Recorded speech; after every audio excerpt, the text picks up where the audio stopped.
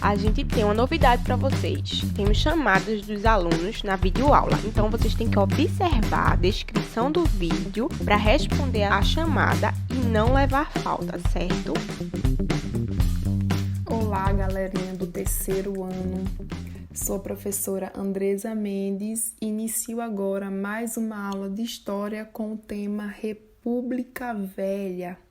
Então, na aula de hoje, a gente vai aprofundar mais esse tema, visto que eu já indiquei uma aula do EducaPE sobre esse assunto. No nosso primeiro slide, eu coloquei para vocês essa divisão da República Velha, que esse momento vai de 1889 até 1930 e se divide em dois momentos. República da Espada, que vai de 1889 até 1894, que vai ser justamente o tema da aula de hoje. É um período governado por militares, como é o caso do Marechal Deodoro da Fonseca e também do Marechal Floriano Peixoto. E em segundo momento, a gente tem aí a República Oligárquica, que vai de 1894 até 1930. Oligarquia significa governo de poucos. É um período marcado pelo poder, pela concentração de poder nas mãos da elite cafeicultora da época. Então, naquele período, não existia essa denominação de República Velha. Esse termo ele foi criado por Getúlio Vargas, porque quando Getúlio Vargas inicia a Era Vargas em 1930, ele considera tudo que veio antes dele como sendo algo velho. Então, por isso que esse período ficou denominado de República Velha. No próximo slide, é importante lembrar que no dia 15 de novembro de 1889, formou-se um governo provisório republicano para dirigir o Brasil.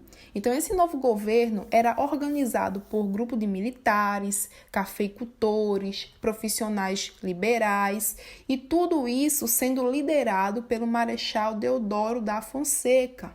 Então, entre as principais medidas adotadas pelo governo provisório, temos aí a instituição do federalismo, isto é, as províncias imperiais, elas foram transformadas em estados membros da federação.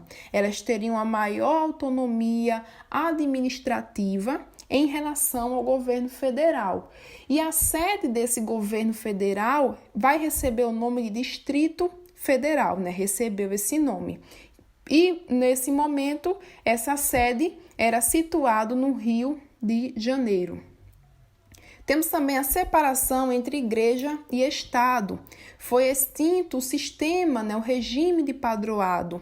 Ou seja, o padroado era quando o Estado controlava a Igreja Católica. Além disso, o catolicismo deixou de ser a religião oficial.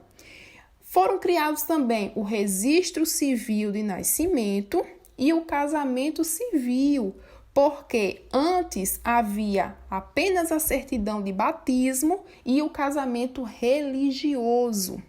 Novos símbolos nacionais também foram criados, como é o caso de uma nova bandeira e também de um novo hino nacional. A bandeira da República, ela vai ter um círculo azul com estrelas. E esse círculo ele vai ser cortado por uma faixa branca. As 21 estrelas, elas vão equivaler às 21 unidades da federação na época, ou seja, 20 estados mais o Distrito Federal. E nessa faixa branca estava escrito Ordem e Progresso. Esse lema foi inspirado nas ideias positivistas, e significa aí o entusiasmo e também enfatiza o progresso do sistema capitalista. E outra medida foi a promulgação da Lei da Grande Naturalização. Foi decretada em dezembro de 1889, uma lei que declarava cidadãos brasileiros os estrangeiros residentes no Brasil. Próximo slide, temos a reforma financeira, que ficou conhecida como encilhamento. Essa reforma foi executada pelo ministro da Fazenda, o Rui Barbosa, a partir de janeiro de 1890. No entanto, essa reforma financeira gerou uma grave crise econômica, com forte inflação, porque os bancos emitiram muito mais dinheiro do que o necessário e a circulação de uma grande quantidade de moeda superior à produção real da economia brasileira trouxe como resultado essa inflação. Além disso, temos também a criação de empresas fantasmas. Essas empresas, elas surgiram apenas para obter o crédito facilitado dos bancos. Porém, esse dinheiro que era pego por essas empresas fantasmas não se convertia em produção. Então, o que favoreceu ainda mais a ocorrência dessa grave crise econômica. No próximo slide, temos a primeira Constituição da República, que foi promulgada em 24 de fevereiro de 1891. Então, eu coloquei aqui para vocês alguns pontos principais dessa Constituição. Primeiramente, sobre o governo e Estado, a forma de governo adotado foi a República. O sistema de governo foi o presidencialismo, onde o presidente vai exercer as funções de chefe de governo e chefe de Estado, e a forma de governo foi a federação. Temos também a divisão dos poderes. O Estado brasileiro passou a ter 3 poderes independentes e harmônicos, que foi o poder executivo, legislativo e judiciário. Em relação ao voto, o voto censitário ele foi abolido. Então, para quem não lembra, voto censitário é aquele tipo de voto que é condicionado a certos níveis de renda. Então, só pode votar quem tem uma determinada renda. Então, esse voto censitário ele foi abolido. Foi também garantido o direito de voto aos brasileiros maiores de 21 anos. Porém, eram excluídos desse sistema as mulheres, os analfabetos, os mendigos, os soldados e os religiosos que estavam sujeitos à obediência eclesiástica. Então, também temos aí o voto sendo aberto, não secreto. Fazia com que os eleitores eles eram obrigados a revelar os candidatos em que eles estavam votando, o que permitia aos grandes fazendeiros pressionar os eleitores na hora da votação. Agora, no próximo slide, temos o governo constitucional de Deodoro da Fonseca. Embora tivesse vencido as eleições, Deodoro não conseguiu o apoio político necessário para governar o país com tranquilidade. Então, uma das medidas adotadas no seu governo foi que, ainda em 1891, Deodoro decidiu fechar o Congresso e prender seus principais líderes, um ato que estava totalmente contrário à Constituição de 1891.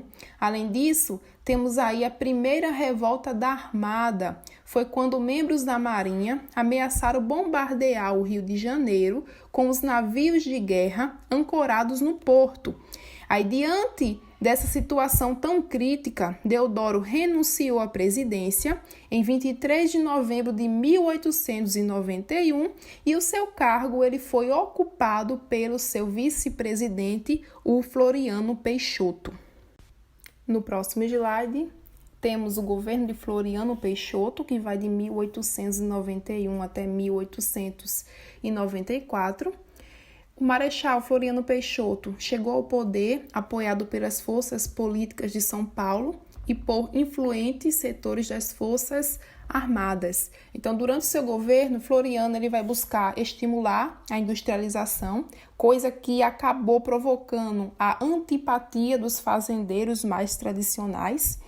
Nesse momento, também temos a segunda revolta da Armada, quando 15 navios da Marinha, ancorados na Baía de Guanabara, ameaçavam bombardear o Rio de Janeiro caso o presidente não convocasse novas eleições.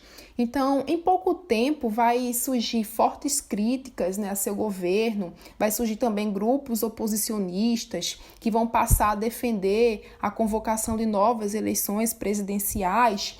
E, apesar de todos os conflitos e críticas, Floriano ele não cedeu às pressões e permaneceu no poder até o fim do mandato. Então, devido a essa sua face autoritária, o Floriano Peixoto ele também vai ser popularmente conhecido como o Marechal de Ferro. Espero que vocês tenham gostado da aula de hoje e aguardo vocês na nossa próxima aula.